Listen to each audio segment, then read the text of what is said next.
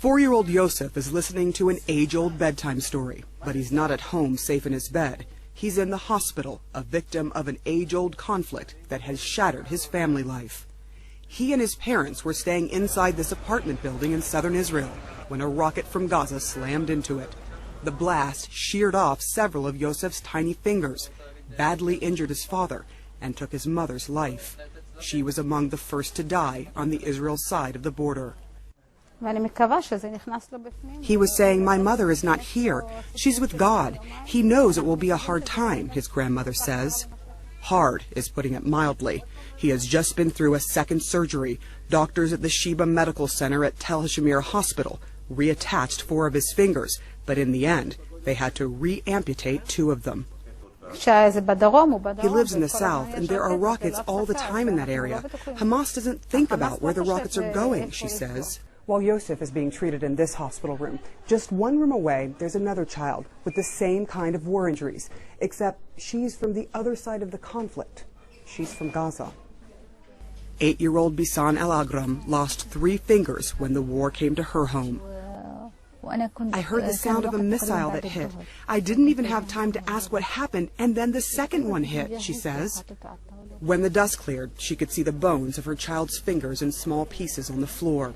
She was taken to Al-Shifa Hospital in Gaza, but it was too crowded and they couldn't give her the best care, so the family asked Israel for permission to cross the border. Initially, her mother was terrified at the prospect of people considered an enemy in their country putting their hands on her wounded daughter.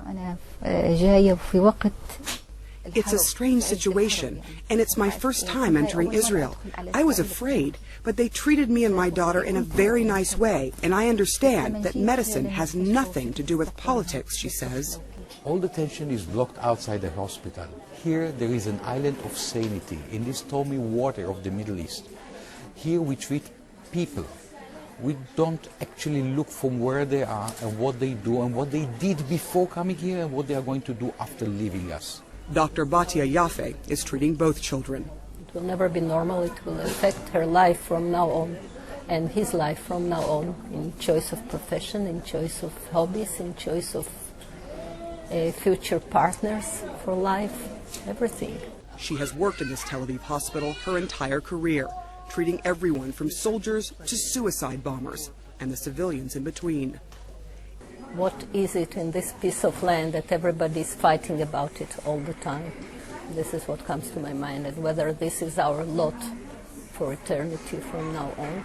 You know, always have injured on both sides, always fighting. What's the point? If there is a point, it is lost on a 4-year-old boy and 8-year-old girl from either side of the Israel-Gaza border, who just want to be children, but now share a similar fate, their innocence interrupted by a war they had nothing to do with. Sarah Seidner, CNN, Tel Aviv.